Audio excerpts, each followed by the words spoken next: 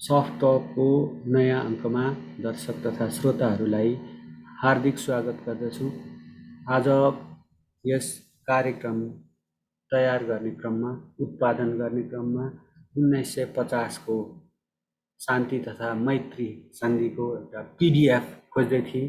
यो खोज्दै जाँदाखेरि भारतको विदेश मन्त्रालयको वेबसाइटमा पुगियो अनि त्यहाँ एउटा चाखलाग्दो दृश्य देखियो। चाखलाग्दो दृश्य यहाँहरू समक्ष प्रस्तुत गर्नेछु। यो 1950 को सन्धि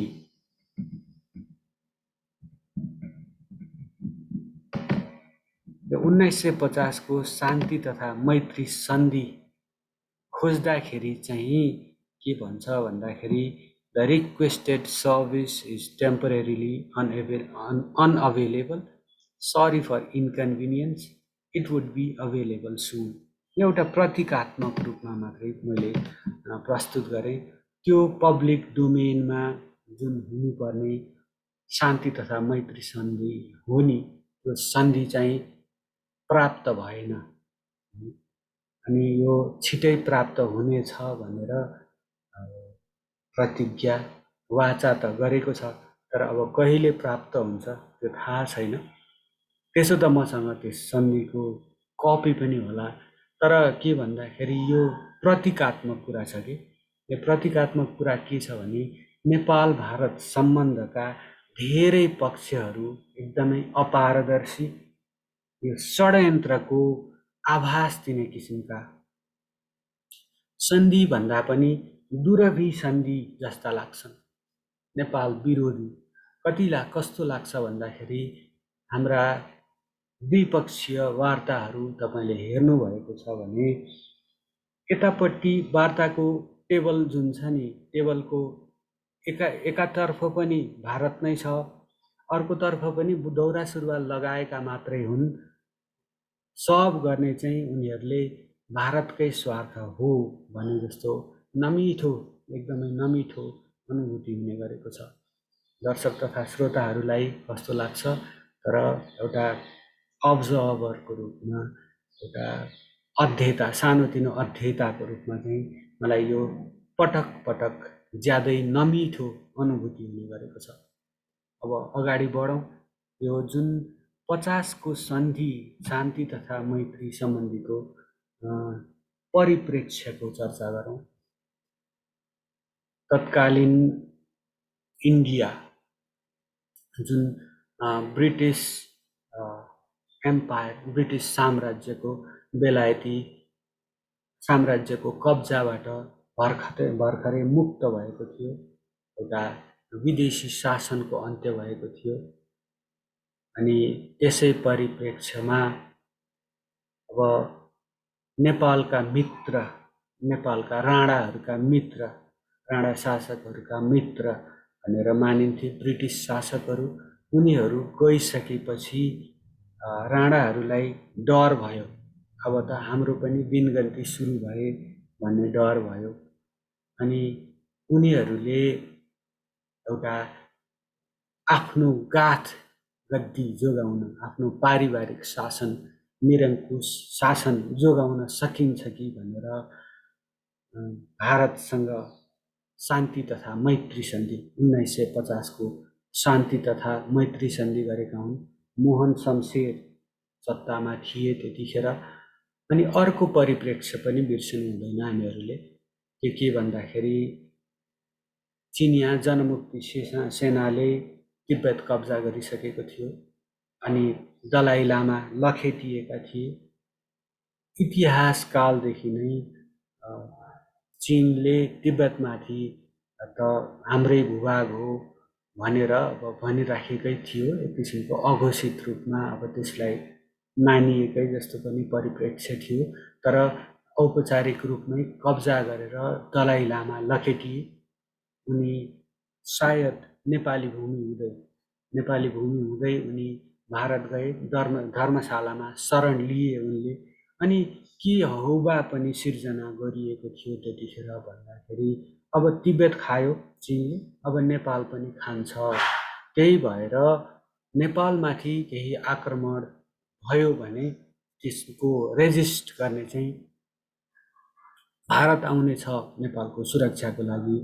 अनि भारत मार्फत प्रकारान्तरले पश्चिमा शक्तिहरू पनि आउने छन् नेपालको रक्षार्थ भनेर त्यो 1950 को शान्ति तथा मैत्री सन्धि गरिएको हो। त्यसमा राणाहरूको स्वार्थ चाहिँ हाम्रो राणाशाही जोगाउनु। अनि अब कालान्तरमा अनन्तकालसम्म यो लिप्सा हुन्छ, सत्ता लिप्सा, बडो अचम्मको कुरा हुन्छ।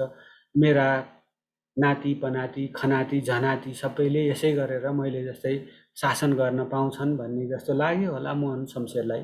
वृद्ध भइसकेका थिए, तर सत्ता लिप्सा त कहिल्यै वृद्ध हुँदैन, त्यो जहिलेसुकै जवान नै हुन्छ, हुँदो रहेछ। अनि त्यसैका लागि उनले 1950 को शान्ति तथा मैत्री सन्धि भारतसँग गरे। असाध्यै असमान सन्धि। यो कस्तो भन्दाखेरि अपमानजनक, नेपाल र नेपालीको मानमर्दन हुने किसिमको, नेपालको राष्ट्रिय सार्वभौमिकता अझ कमजोर हुने किसिमको सन्धिको रूपमा लिइन्छ यस सन्धिलाई। एउटा परिप्रेक्ष्य के पनि भन्दाखेरि प्रथम विश्वयुद्धमा जर्मनीको पराजय भयो, जर्मनीले हार्यो। तर त्यो हारेपछि त्यो हारको घाउमा नुनचुक दल्न बाँकी नै थियो। त्यो नुनचुक दल्ने काम चाहिँ ट्रिटी अफ भर्साई मार्फत गरियो भनिन्छ। त्यो ट्रिटी अफ भर्साई चाहिँ भर्साई दरबार, फ्रान्सको भर्साई दरबारमा गरिएको थियो। त्यो नुनचुक जुन दल्ने काम गरियो, त्यसपछि जर्मनीको शिर जुन झुकेको थियो नि, त्यसले जर्मनीमा राष्ट्रवादी भावना असाध्यै बढ्यो। अनि त्यही राष्ट्रवादी भावनाले जन्माएको हो नात्सी पार्टी। म ग्लोरिफाई गर्दै छैन भायोलेन्सलाई, हिंसालाई, तर इतिहास त्यही हो। अनि जर्मनीमा एडल्फ हिटलरको उदय भयो। अनि एडल्फ हिटलरले दोस्रो विश्वयुद्धमा फेरि अब अर्को पराजय बेहोर्नु पर्यो। तर त्यस पराजयमा चाहिँ जर्मनी त पराजय, फेरि अपमान बेहोर्नु पर्यो, फेरि पराजय त बेहोर्नु पर्यो। तर त्यसमा अझ बढी पीडा, आँसु, दुःख पाएको चाहिँ जापानले हो। त्यही बेला नै हिरोसिमा र नागासाकीमा लिटल बोय र फ्याट म्यान नामका आणविक बमहरू खसालिएका छन्। एकदमै हृदय विदारक मानवीय क्षति भएको छ। त्यस्तो परिप्रेक्ष्य हो जुन अपमान हाम्रा लागि ट्रिटी अफ भर्साई एक किसिमले सुगौली सन्धि हो। अनि 1950 को सन्धि पनि त्यस्तै किसिमको सन्धि जस्तो लाग्छ मलाई, जुन एउटा राष्ट्रिय सार्वभौमिकताका लागि लडेका, आफ्नो भूभागको रक्षार्थ लडेका जुन नेपाली सैनिकहरू मात्रै थिएनन्, महिलाहरू थिए, बालबालिकाहरू थिए, वृद्धहरू थिए। भक्ति थापाहरू लगायतका 70 वर्षका वृद्धहरूसँग लडेको एउटा गौरवशाली इतिहास हो नेपाल अङ्ग्रेज युद्ध। तर तिनै सैनिकहरूलाई, तिनै बालबालिका, महिलाहरूलाई अनि जुन वृद्धजनहरूलाई, उमेर पुगेका पाका नागरिकहरूलाई खानेपानी, उनीहरू विरुद्धको लडाइँमा, नेपाल विरुद्धको लडाइँमा खानेपानी अनि जुन खाना रसद पानीको व्यवस्था जुन आपूर्ति थियो, त्यसलाई समेत अवरुद्ध गरेर त्यो सप्लाई लाइन काटेर नेपाललाई घुँडा टेकाइएको हो नेपाल अङ्ग्रेज युद्धको इतिहास। त्यो बिर्सन मिल्दैन। अनि अहिले जुन त्यतिखेर पनि संसदीय प्रजातन्त्र थियो भारत, बेलायत त्यतिखेर पनि संसदीय प्रजातन्त्र थियो। तर उसले प्रजातन्त्र र मानवाधिकारको खिल्ली उडाएको हो एकपटक फेरि जुन नेपाल अङ्ग्रेज युद्धका क्रममा। यो तथ्य हामीहरूले बिर्सन हुँदैन। जसरी बोअर्स वरको बेलामा मानवाधिकार, प्रजातन्त्र जस्ता हायर आइडियल्सको खिल्ली उडाएको थियो। जसरी अमेरिकाजमा जुन अमेरिका विरुद्धको जुन अमेरिकामा प्रजातन्त्र र मानवाधिकार जस्ता कुराहरूको साम्राज्यवादको अन्त्यको माग गर्दै जुन विद्रोहको ज्वार भाटा उर्लेको थियो, त्यसलाई दबाउनको लागि जसरी मानवाधिकार र प्रजातन्त्रको खिल्ली उडाइएको थियो, त्यसै गरेर नेपालमा पनि खिल्ली उडाएको हो ब्रिटिस साम्राज्यले त्यस बेला। यो तथ्य बिर्सन हुँदैन। जे होस्, त्यसपछि जुन मोहन शमशेरतर्फै फर्कौँ। मोहन शमशेरले त्यो जुन 50 को सन्धिमा हस्ताक्षर गरे, त्यसपछि उनको एक किसिमले उपादेयता सकियो इन्डियाका लागि। त्यसपछि चाहिँ अब एउटा जनलहर चल्यो। त्यसमा दिल्लीको सहायता हुने कुरै भएन, किन भन्दाखेरि त्यसो गर्दाखेरि अन्ततः उसको स्वार्थ माथि पर्थ्यो नेपालमा। नेपाल र नेपालीको मूल्यमा आफ्नो स्वार्थ माथि राख्नु उसको विदेश नीतिको अब एउटा मूल प्राथमिकता नै भयो, नेपाल नीतिको मूल प्राथमिकता नै भयो। अनि मोहन शमशेरको उपादेयता सकियो। अब गान्धीको, महात्मा गान्धीको नेतृत्वमा जुन आन्दोलन चलिरहेको थियो, त्यसमा नेपालीहरू पनि सहभागी थिए, नेपाली नेताहरू पनि सहभागी थिए। अनि त्यसपछि अब राजा त्रिभुवन थिए। नेपालीहरू पनि राणा निरङ्कुश शासन विरुद्ध उर्लेको थियो नेपाली जनमत। उनीहरू पनि निरङ्कुश शासन विरुद्ध नै गोलबद्ध भएका थिए, जुन अलिकति शिक्षित औँलामा गन्न मिल्ने नेपालीहरू थिए। अरूहरूलाई त धेरै अशिक्षा, धेरै गरिबी व्याप्त थियो। उनीहरूलाई त के खाउँ के लाउँकै समस्या अहिले जस्तै थियो। अनि त्यो क्यास इन गरेर अनि नेपालमा नेपाली भावनाहरू पनि बोकिएको सङ्घर्ष स्वरूप के भयो भन्दाखेरि निरङ्कुश राणाशाही शासनको अन्त्य भयो। अनि प्रजातन्त्र राजतन्त्र केन्द्रमा रह्यो। अनि प्रजातन्त्र पनि स्थापना भयो भनियो। अब व्यवहारमा त्यो प्रजातन्त्र अनुदित भयो भएन, इतिहासका पानाहरू पुनः पल्टाउनु पर्ने हुन्छ। किन भन्दाखेरि नेपालका प्रजातान्त्रिक शासकहरूमा पनि पटक पटक कुनै निरङ्कुश शासकको अतृप्त आत्माले बास पाउन थालेको पटक पटकका आन्दोलनपछि पनि नेपालका नाना थरी ट्याग भिरेका लोकतान्त्रिक, प्रजातान्त्रिक, वामपन्थी, क्रान्तिकारी ठहरिएका नेताहरूको आत्मामा पनि मुटुमा पनि निरङ्कुश शासककै बास हुने गरेको, उसैले सञ्चालित हुने गरेको जस्तो नमिठो परिप्रेक्ष्य छ। जे होस्, 1950 पछि राजनीतिक परिवर्तन भयो। मोहन शमशेरको उपादेयता सकिँदै गयो। अनि जुन मातृका प्रसाद कोइरालाको शासन सुरु भयो नेपालमा। अनि त्यसपछि चाहिँ के गरियो भन्दाखेरि देशका लागि, नागरिकका लागि, पुस्तौँ पुस्तासम्मका नेपालीहरूका लागि भनेर ल्याइएको व्यवस्थाका सञ्चालकहरूले के गरे भन्दाखेरि भारतसँग कोशी सम्झौता गरे। कोशी सम्झौता मार्फत के भयो भन्दाखेरि नेपालको कोशी नदीमाथिको सार्वभौमिकता असाध्यै, जल सार्वभौमिकता असाध्यै कमजोर भएर गयो।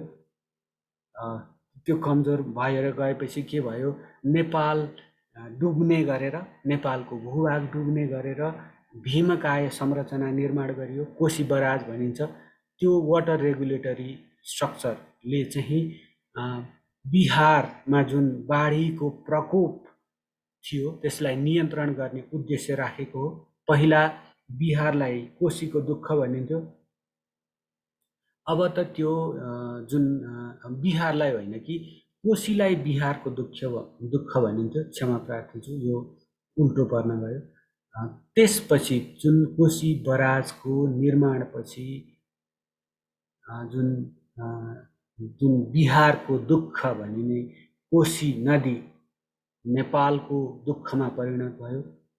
उक्त नदीमा जुन बराज निर्माण गर्दाखेरि नेपालको ढुङ्गा, नेपालको जमिन, नेपालको माटो मात्र होइन, नेपाली श्रम समेत प्रयोग भएको छ। अवकाश प्राप्त भारतीय सेनामा कार्यरत गोर्खा सैनिकहरूलाई खटाइएको छ। त्यस नेपाल डुबाउने संरचना निर्माणका लागि यो दुःखद पक्ष, इतिहासको दुःखद पक्षबाट हामीहरूले पाठ सिक्नुपर्छ जस्तो लाग्छ। नेपाल डुबाउनको लागि नेपालीहरूको प्रयोग भएको छ। यो लज्जाजनक इतिहास हो। जतिसुकै ठुला नेताले भने पनि नेपाललाई डुबाउने प्रतीकात्मक रूपमा पनि साँच्चै पनि नेपाललाई नेपालको जल सार्वभौमिकता एकदमै कमजोर हुने सम्झौता गरेका छन्। अनि त्यस बेला तत्कालीन प्रधानमन्त्री मातृका प्रसाद कोइरालाको यस कदमको उनकै भाइ विश्वेश्वर प्रसाद कोइरालाले विरोध गरेका हुन्।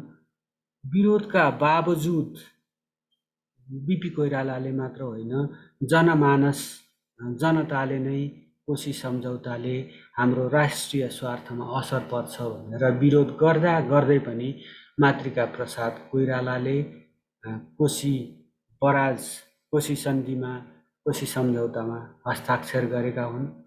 अब कतिपयले यसलाई नुनको सोझो गरेको पनि भन्छन्। किन भन्दाखेरि नेपालीहरू राणा शासन विरुद्धको जुन आन्दोलन छ, त्यस आन्दोलनका क्रममा भारतमा आश्रय लिएका थिए उनीहरूले। अब घाँस बास कपास मालिकले प्रबन्ध गरिदिएपछि कालान्तरमा त्यस जुन ऋण लागेको छ, त्यो ऋण त चर्को ब्याज सहित तिर्नुपर्ने नै हुन्छ। कोशी सम्झौता मार्फत उक्त ब्याज, सामा ब्याज चुक्ता गरिएको हो भन्नेहरू पनि छन्। त्यो त्यति यथार्थभन्दा त्यति पर जस्तो पनि लाग्दैन। तर यो ब्याज, यो चक्रवर्ती ब्याज जुन छ नि, नेपाललाई पटक पटक महँगो पर्दै गएको छ। त्यही ब्याज तिर्ने क्रममा, तथाकथित ब्याज तिर्ने क्रममा सन् 2015 सालमा, सन् होइन 2015 सालमा बिपी कोइरालाले गण्डक सम्झौता गरेका हुन्। गण्डक सम्झौता मार्फत नेपालको सप्तगण्डकी नदीमाथिको जुन जल सार्वभौमिकता छ नि, त्यो असाध्यै कमजोर भएर गएको हो। त्यसको मूल्य कोशी सम्झौता जस्तै गण्डकी सम्झौता, सप्तगण्डकी सम्झौता, गण्डक सम्झौता भन्छन् उनीहरू, त्यसको मूल्य पुस्तौँ पुस्तासम्म नेपालीहरूले चुकाइराखेकै छौँ। उतापट्टि कोशी सम्झौता मार्फत जसरी मत्स्यपालन, सिँचाइ, यातायात जस्ता बाढी नियन्त्रण मुख्यतः जस्ता सुविधाहरू इन्डियाले प्राप्त गरेको छ, त्यसै गरेर सप्तगण्डकी सम्झौता मार्फत फेरि इन्डियालाई नै फाइदा भएको छ। हामीले पटक पटक गुमाएका मात्रै छौँ। यो गुमाउने क्रम 2046 को राजनीतिक परिवर्तनपछि महाकाली सम्झौता भयो, त्यसमा पनि चल्यो। महाकाली सम्झौता मार्फत उसले निर्माण गरेको, इन्डियाले निर्माण गरेको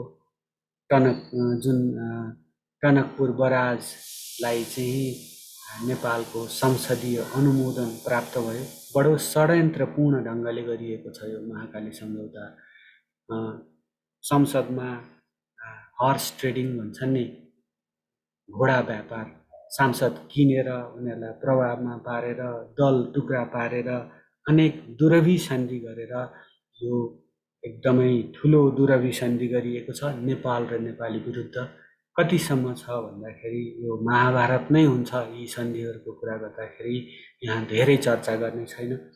यो सन्धि, महाकाली सन्धि गर्दाखेरि गर्नु भनेर चर्को दबाब आएको थियो।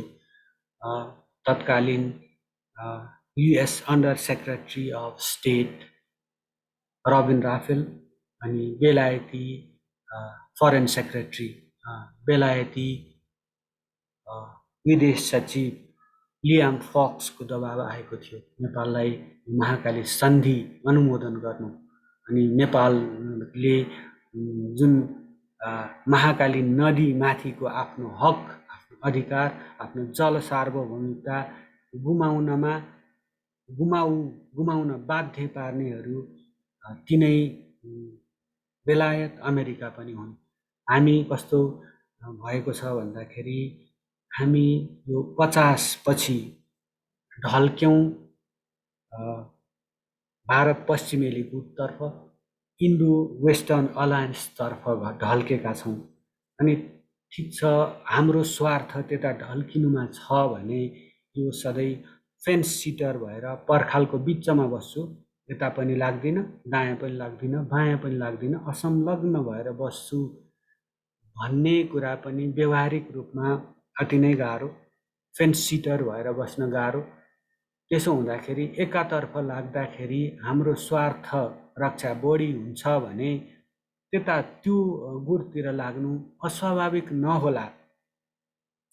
तर हामीले अहिलेसम्मको सम्बन्ध हेर्दाखेरि एउटा कनिष्ठ साझेदार, भारत पश्चिमेली गुटको एउटा कनिष्ठ साझेदार मात्रै भइराखेका छौँ। हाम्रा स्वार्थहरूको रक्षा गर्न सकिरहेका छैनौँ, उनीहरूको तालमा नाचिराखेका छौँ जस्तो देखिन्छ। अनि हाम्रो परम दायित्व, हाम्रो परम राष्ट्रिय दायित्व चाहिँ इन्डियाका स्वार्थहरूको रक्षा गर्नु मात्रै जस्तो देखिन्छ। यो इन्डो वेस्टर्न अलायन्समा लागेर हामीले खालि इन्डियाका कोर इन्ट्रेस्ट्स, महत्त्वपूर्ण स्वार्थहरूको रक्षा मात्रै गरिदिइराखेका छौँ। हाम्रा स्वार्थहरू चाहिँ झन कमजोर हुँदै गएका छन्। हाम्रो राष्ट्रिय सार्वभौमिकता झन कमजोर हुँदै गएको छ जस्तो देखिएको छ। नमिठो पक्ष हो। 1950 को सन्धि मार्फत जुन देश अगाडि बढिरहेको छ भनौँ, वा भिरको बाटोतर्फ अगाडि गइरहेको छ, त्यो स्लाइड, त्यो डाउनवर्ड स्लाइड, त्यो ओह्रालो लाग्ने क्रमलाई यी सम्झौताहरूले, यी सन्धिहरूले झन द्रुत गतिमा लगेका छन्। अनि यो 46 को राजनीतिक परिवर्तनको पनि थोरै चर्चा गरौँ। त्यसपछि हामी अझ बढी इन्डो वेस्टर्न अलायन्स अथवा वेस्टर्न अलायन्स पनि भनौँ कति अर्थमा, वेस्टर्न अलायन्सतिर झन बढी ढल्किँदै गएको जस्तो देखिन्छ। परिप्रेक्ष्य पनि त्यस्तै थियो। अब के भयो भन्दाखेरि पूर्वी युरोपमा तानाशाहहरूको अन्त्य हुँदै गयो। वर्सा प्याक्ट अन्तर्गत जुन United Soviet socialist Republic USSR को नेतृत्वमा रहेको जुन वर्सा प्याक्ट छ नि, त्यस अन्तर्गतका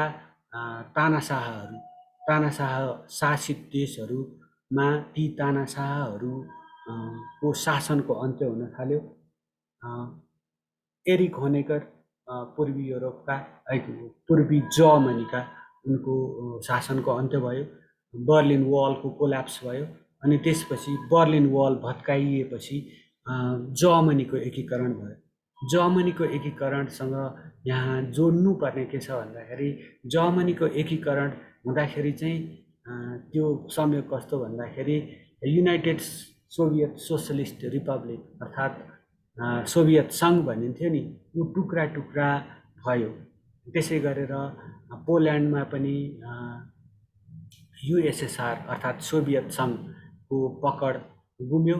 त्यसै गरेर रोमानियामा निकोलाई चाउचेस्कोलाई झुन्ड्याइयो। उनी सोभियत सङ्घले समर्थन गरेका शासक थिए। त्यसै गरेर सायद हङ्गेरीमा पनि त्यस्तै भएको छ। चेकोस्लोभाकियामा त्यस्तै भएको छ। चेक र स्लोभाक भनेर दुईटा देश छुट्टियो। एउटा देश थियो चेकोस्लोभाकिया, टुक्रिएको छ त्यसपछि। त्यसै गरेर जुन अफगानिस्तानमा सोभियत सङ्घको उपस्थिति थियो, त्यो 90s मा 1989मै सोभियत सैनिकहरू त्यहाँबाट पुल आउट गरे। त्यस्तो अवस्था भयो। सोभियत सङ्घको एकदमै दुर्गति भएको छ। त्यो जुन परिवर्तनको हावा चल्यो नि 1990s मा, तानाशाहहरूको शासनको अन्त्य भएको छ पूर्वी युरोपका। अनि अब त्यसको केन्द्रमा रहेको सोभियत सङ्घको पतन भएको छ, विघटन भएको छ। पीडादायी इतिहास छ त्यसको। अनि हामी चाहिँ त्यतिखेर निर्दलीय पञ्चायती प्रजातन्त्र भन्थ्यौँ हामी त्यसलाई। प्रजातन्त्र चाहिँ तानाशाहहरूलाई पनि असाध्यै मनपर्ने शब्द रहेछ। अनि त्यही भन्थ्यौँ, त्यही परिवर्तनको हावा पनि लाग्यो। अनि हाम्रो एउटा डिस्कन्टेन्ट, एउटा असन्तुष्टि सधैँभरि रहिराखेकै छ जुनसुकै व्यवस्थामा पनि। निरङ्कुश शासन विरुद्ध नेपालीहरू अब सन्तुष्ट हुने त कुरै भएन, सन्तुष्ट थिएनन् नै। त्यसमाथि हाम्रा नेताहरूलाई पनि शासन पनि गर्न थियो। उनीहरू पनि कति वर्षसम्म जेलमा बस्ने, कति वर्षसम्म प्रताडित हुने, आफ्नो पारिवारिक व्यवस्था पनि गर्नु पर्यो। अनि धनी पनि हुनु पर्यो होला उहाँहरूलाई पनि। आकाङ्क्षा हुन्छ नै शासनमा पुग्ने, सत्तामा हुने। अनि यही जुन आकाङ्क्षा, जनताका आकाङ्क्षा, नेताका आकाङ्क्षा, त्यसै गरेर पश्चिमा राष्ट्रहरूका पनि आकाङ्क्षा, अनि सबैभन्दा महत्त्वपूर्ण हाम्रो छिमेकी इन्डियाका पनि आकाङ्क्षाहरू मिल्न गए। अनि अब विदेशमा भारतमा शरण लिइराखेका अथवा नत्र नेपालमै बसेका तर उताको आशीर्वाद प्राप्त राजनीतिक नेतृत्वहरूलाई, राजनीतिक व्यक्तित्वहरूलाई प्रयोग पनि गरियो। अब हाम्रो आफ्ना भावनाहरू पनि थिए, निरङ्कुशता विरोधी भावनाहरू पनि थिए, पश्चिमी हावा पनि बगिराखेकै थियो बलियो गरेर। त्यही परिप्रेक्ष्यमा निरङ्कुशता विरोधी आन्दोलन चल्यो। त्यसले चाहिँ पञ्चायती व्यवस्थाको अन्त्य गरिदियो। अन्त्य गरिदिएपछि अब प्रजातन्त्र, संवैधानिक राजतन्त्र र बहुदलीय प्रजातन्त्रको सिद्धान्ततः स्थापना भयो। त्यसपछि गिरिजाप्रसाद कोइरालाको शासन चल्यो केही समय। उहाँ धेरै समय नै बस्नुभयो, 13 वर्ष सायद उहाँले सत्ता सञ्चालन गर्नुभयो। अनि त्यसपछि 46 सालको परिवर्तनपछि नुन त तिर्नै थियो, नुन त खाइएकै थियो। त्यही नुनको सोझो गर्ने क्रममा महाकाली सम्झौता भएको हो। त्यसमार्फत नेपालको जल सार्वभौमिकता महाकाली सन्धि मार्फत सुरुमा सम्झौता भनिएको थियो, संसदलाई गुमराहमा पार्न खोजिएको थियो। तर कालान्तरमा त्यो सम्झौता होइन सन्धि रहेछ भन्ने प्रमाणित भयो। त्यो बडो धेरै नै दुरवी सन्धि हो। त्यो दुरवी सन्धि गर्नलाई पनि धेरै दुरवी सन्धिहरू दुरवी सन्धिको कुरा गर्दै थिए। पार्टी फुटेको छ, एमाले पार्टी फुटेको छ, त्यो गराउनको लागि। त्यसै गरेर हर्स ट्रेडिङ भएको छ, सांसदहरूको खरिद बिक्री भएको छ, अनेक थरी षड्यन्त्रहरू अनि अनेक थरी अन्तर्राष्ट्रिय दबावहरू सिर्जना गरिएको छ उक्त सन्धि गर्नको लागि। बेलायती विदेश सचिव लियाम फक्सको दबाव आएको छ। त्यसै गरेर अमेरिकाका under secretary of state Robin राफेलको दबाव आएको छ नेपाललाई महाकाली सन्धि गर्नु भनेर। इतिहासमा अभिलिखित छन् यी सबै कुराहरू। यसरी नेपाल त्यसै गरेर त्यसपछि पनि भएका छन्। नेपालको जल सार्वभौमिकता हरेक पटक हरेक राजनीतिक परिवर्तनपछि हताहत भएको छ। यो बिर्सनु हुँदैन हामीहरूले। 2062-63 पछि पनि हामीहरूले माथिल्लो कर्णाली गुमाएका छौँ। त्यसै गरेर अरुण तेस्रो गुमाएका छौँ, तल्लो अरुण गुमाएका छौँ। अरुण तेस्रो 1990 को दशकमा नेपालको जलविद्युत सङ्कट, ऊर्जा सङ्कटलाई चाहिँ सम्बोधन गर्ने हिसाबले वर्ल्ड ब्याङ्क लगायतका मल्टिल्याटरल डोनर्सले नेपालमै भित्रै जलविद्युत खपत गर्नको लागि भनेर 900 मेगावाटको जलविद्युत आयोजना बनाउन चाहेका थिए। तर तत्कालीन एमालेका तत्कालीन महासचिव माधव कुमार नेपालले विरोध गरेर यो बनाउनु हुँदैन भन्नुभयो। पत्र नै लेख्नुभयो विश्व ब्याङ्कलाई। अनि कारणहरू धेरै दिइएको थियो। जस्तै के भनिएको थियो भन्दाखेरि यसरी विदेशी सहयोगमा, वर्ल्ड ब्याङ्कको सहयोगमा नेपालमा जलविद्युत आयोजना बनाउँदाखेरि त्यो जुन ऋण तिर्नुपर्ने हुन्छ नि, त्यो ऋण तिर्नको लागि वस्तु तथा सेवाहरूको मूल्यमा वृद्धि गरिनेछ, असाध्यै चर्को मूल्य वृद्धि हुनेछ, नेपालीहरूलाई असाध्यै असर पर्नेछ भन्ने न्यारेटिभ क्रिएट गरियो। त्यसमा कति सत्यता छ मूल्याङ्कन हुँदै गर्ला अझै पनि। त्यो विरोध गरियो। लो अब स्ट्रिट प्रोटेस्ट, सडकमा प्रदर्शनहरू भए। अनि त्यति गरेपछि विश्व ब्याङ्क बाध्य भएर आयोजनाबाट पछि हट्यो। तर कालान्तरमा एकदमै चाख लाग्दो कुरा के छ भन्दाखेरि VSNL जुन सतलज भन्ने भारतीय जुन सरकारी स्वामित्वको कम्पनी छ, उसको पोल्टामा अरुणको गोदान भयो। हुन त भनिन्छ यो इन्टरनेसनल बिडिङ कन्ट्र्याक्ट सबै गरिएको थियो भनिन्छ।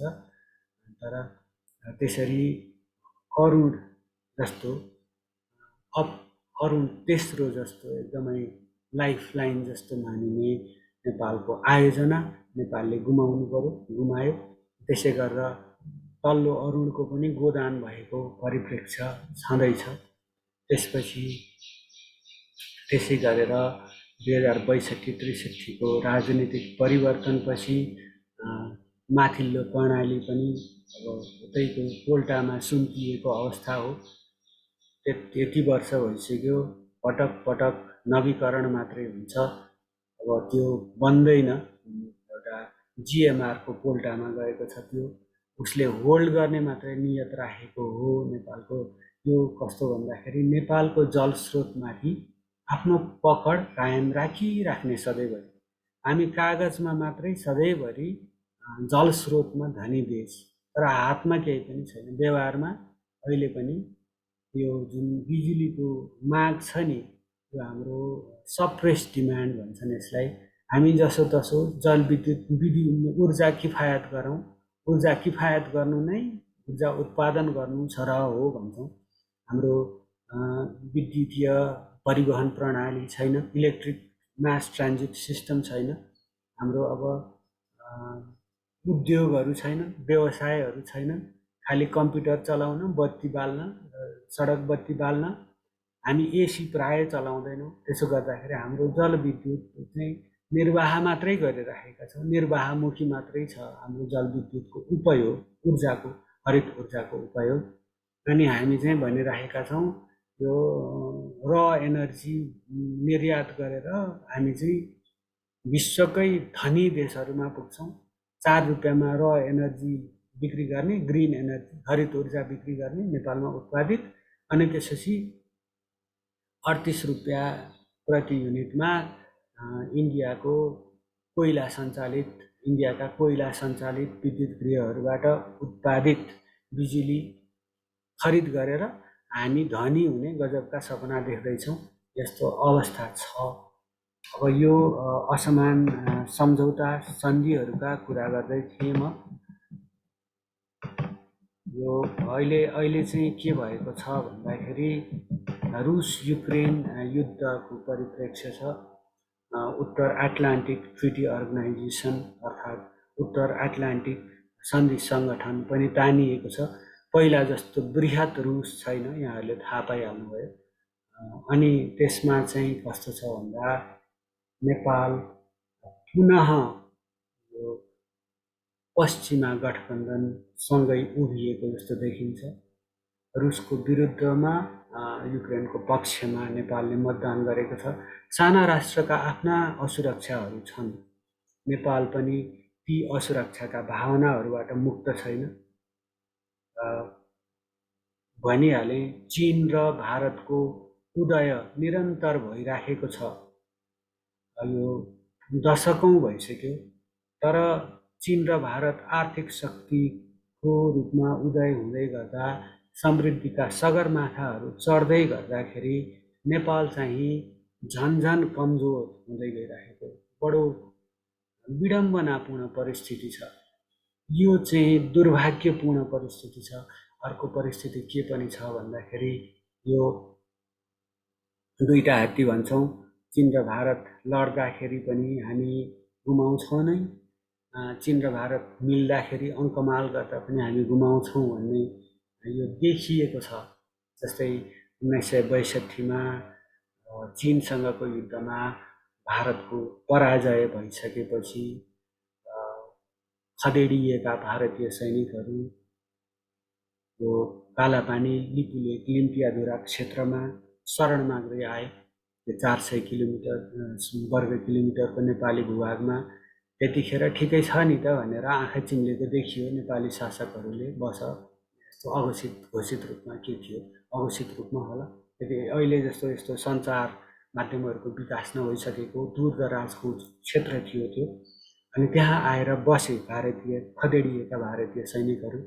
तर अब उसको योजना अर्कै देखियो कालान्तरमा के देखियो भन्दाखेरि उसले आफ्नो सैन्य उपस्थिति सुदृढ गर्दै लाग्यो, शिविरहरू बनायो, भौतिक पूर्वाधारहरू बनाउँदै गयो। त्यो देखेर नेपाली राज्य झस्किएको हो। अनि यो भूभाग हाम्रो हो, तिमीहरूलाई आश्रय मात्रै दिइएको हो, तिमीहरू यो भूभाग छोड भन्दाखेरि पनि ऊ चाहिँ टसको मस भयो।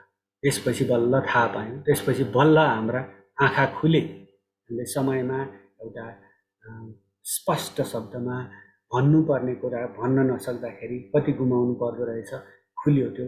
त्यसरी हामीले त्यो क्षेत्र 400 वर्ग किलोमिटरको नेपाल र चीन जोड्ने, चीनको जुन मानसरोवर जस्तो तिब्बत जोड्ने एउटा एकदमै अल वेदर रोड निर्माण हुन सक्ने, चाहिँ जुनसुकै बेला पनि सवारी साधन चल्न सक्ने किसिमको रणनीतिक महत्त्वको त्यो भूभाग हामीहरूले गुमाएका छौँ।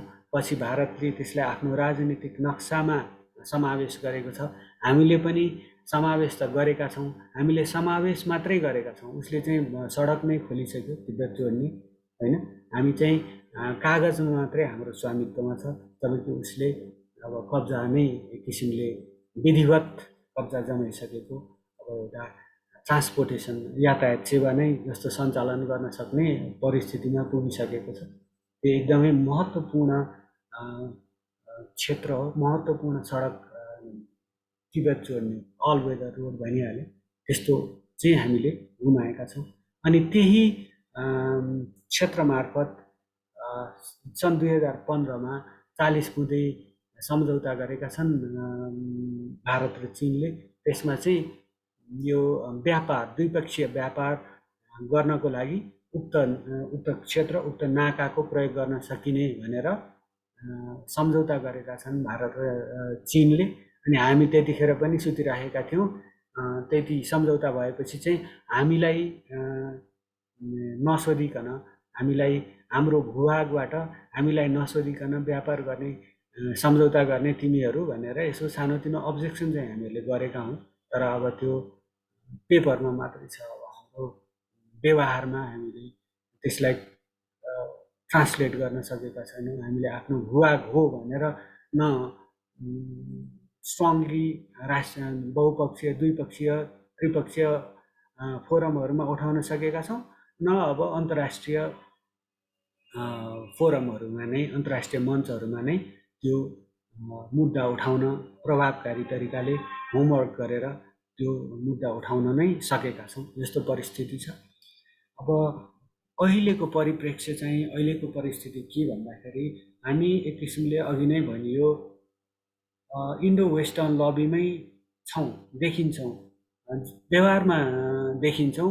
हामीले भन्न त असंलग्न परराष्ट्र सम्बन्धको पक्षपाती, असंलग्न नन अलाइन्ड मुभमेन्ट भन्छ नि, गुटनिरपेक्ष आन्दोलनका हामीहरू संस्थापक सदस्यहरूमध्ये एक भए पनि व्यवहारमा चाहिँ अलि अप्ठ्यारै हुँदो रहेछ नेपाल जस्ता साना देशहरूलाई असंलग्न भइराख्न। अहिलेको जुन रुस युक्रेन युद्धको परिप्रेक्ष्य छ नि, त्यसमा पनि हामी जुन रुसको आक्रामकता विरुद्ध उभिएका हौँ, हाम्रा साना राष्ट्रहरूका आफ्ना असुरक्षाहरू पनि छन्, त्यसले पनि हामीलाई निर्देशित गर्ने गर्छ। त्यो पनि होला, त्यो फ्याक्टर पनि होला। त्यसरी हामी चाहिँ भारत र चीन यस मामिलाई, यो रुस युक्रेन युद्धका पक्षहरूमा चाहिँ तटस्थ बस्ने गरेको धेरै देखिएको छ। भारत र चीन चाहिँ, हामी चाहिँ एकदमै इन्डो वेस्टर्न लबीमै गए जस्तो देखिएको छ अहिले। अब एउटा कुरा के भन्दाखेरि, ठिक छ, अब हामी कतै न कतै गुटनिरपेक्ष भएर फेन्स सिटर भएर म पर्खालको बिचमा बस्छु, दायाँ पनि लाग्दिनँ बायाँ पनि लाग्दिनँ भन्नु अव्यावहारिक छ भने पनि हामीलाई गुट विशेषमा लाग्दाखेरि के फाइदा हुन्छ? के हाम्रो राष्ट्रिय सार्वभौमिकता त्यसले अझ बलियो पार्छ? के हाम्रा राष्ट्रिय स्वार्थहरूको अझ प्रभावकारी ढङ्गले रक्षा हुन्छ भन्ने कुराहरू चाहिँ ध्यान दिनुपर्छ। ती कुराहरू चाहिँ उठाउनुपर्छ। जस्तै यही अहिले जुन परिप्रेक्ष्य छ नि, हामी त्यो पश्चिमा शक्तिहरूसँग साथ लाग्दाखेरि के हामीले भारतसँगको असमान सम्बन्धलाई अलिकति समान, अझ बढी समान, अझ बढी सम्मानपूर्ण किसिमले अगाडि बढाउन सक्ने परिस्थिति हुन्छ त भन्ने कुरा पनि ख्याल गर्नुपर्छ। त्यो निरन्तर प्रक्रिया हो। हाम्रा राष्ट्रिय स्वार्थहरूको रक्षा भनेको, हाम्रो सार्वभौमिकताको सुदृढीकरण भनेको चुनावी मुद्दा मात्रै होइन, हुनु हुँदैन। त्यो निरन्तर प्रक्रिया हो। त्यो कूटनीतिक प्रयास, त्यो गम्भीर गृह कार्य हामीहरूले गरिराखेका छौँ जस्तो चाहिँ लाग्दैन। यो दुःखद पक्ष छ। जस्तै हाम्रा पटक पटकका इन्डियाका पदाधिकारीहरूसँग, प्रधानमन्त्रीसँग र अन्य सरकारी तहमा भेटघाट हुँदाखेरि यो के हुने गरेको छ भन्दाखेरि उही पुरानो शैली पटक पटक दोहोरिने गरेको देखिन्छ।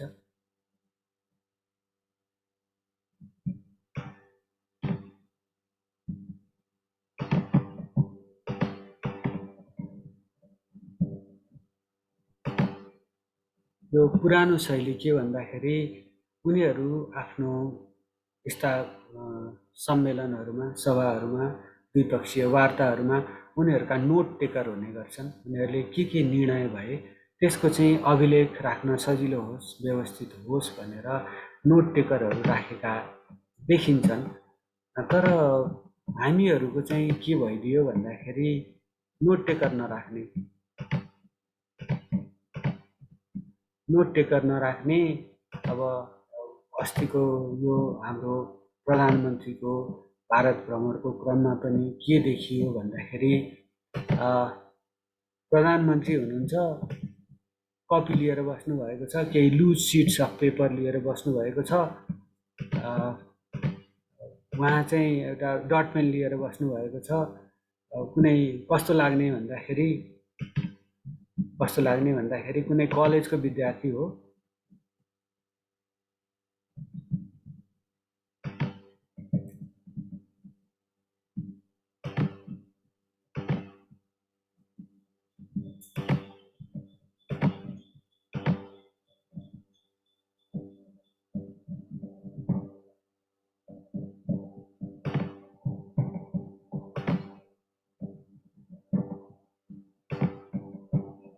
कुनै कलेजको विद्यार्थी हो, हाम्रो पालामा जस्तो एउटा कपी लिएर अगाडि कमिजमा डट पेन राखेर अनि खुरखुर नोट टिप्न जाने जस्तो, त्यस्तो किसिमको जुन परिदृश्य पटक पटक देखिने गरेको छ, यो नमिठो लाग्ने परिदृश्य हो।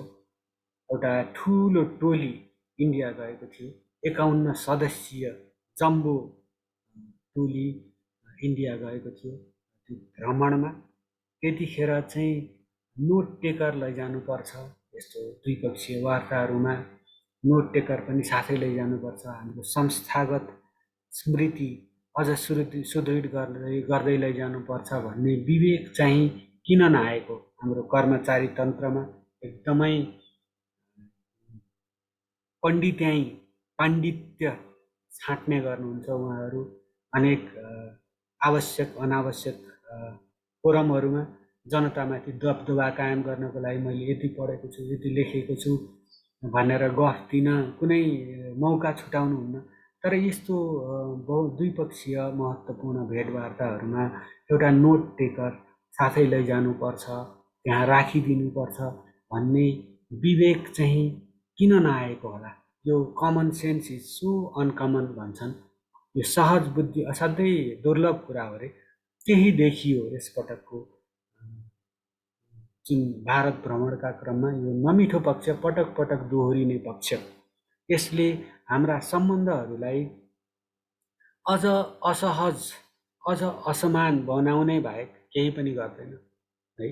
अब त्यहाँ पत्रकारहरू पनि हुनुहुन्थ्यो, नामी ग्रामी पत्रकारहरू पनि हुनुहुन्थ्यो। अब उहाँहरूलाई पनि त्यो त्यति अभ्यास छ भन्ने पनि थाहा नभएको हो कि कोही नोट टेकर हुनुहुन्थेन नै भने पनि कसैलाई कुनै अधिकारीलाई एकदम विथ अल ह्युमिलिटी विनम्रतापूर्वक खटाइदिनु भएको पनि हुन्थ्यो। भएको भए पनि देशको पक्षमा नेपाली जनताको पक्षमा त्यो एउटा राम्रै कदम हुन्थ्यो होला जस्तो लाग्थ्यो। तर त्यो भएन। उयो हाम्रो पुरानो शैली, सङ्घर्षकालीन शैली बाहेक केही दोहोरिएको छैन। यो चाहिँ नमिठो पक्ष हो।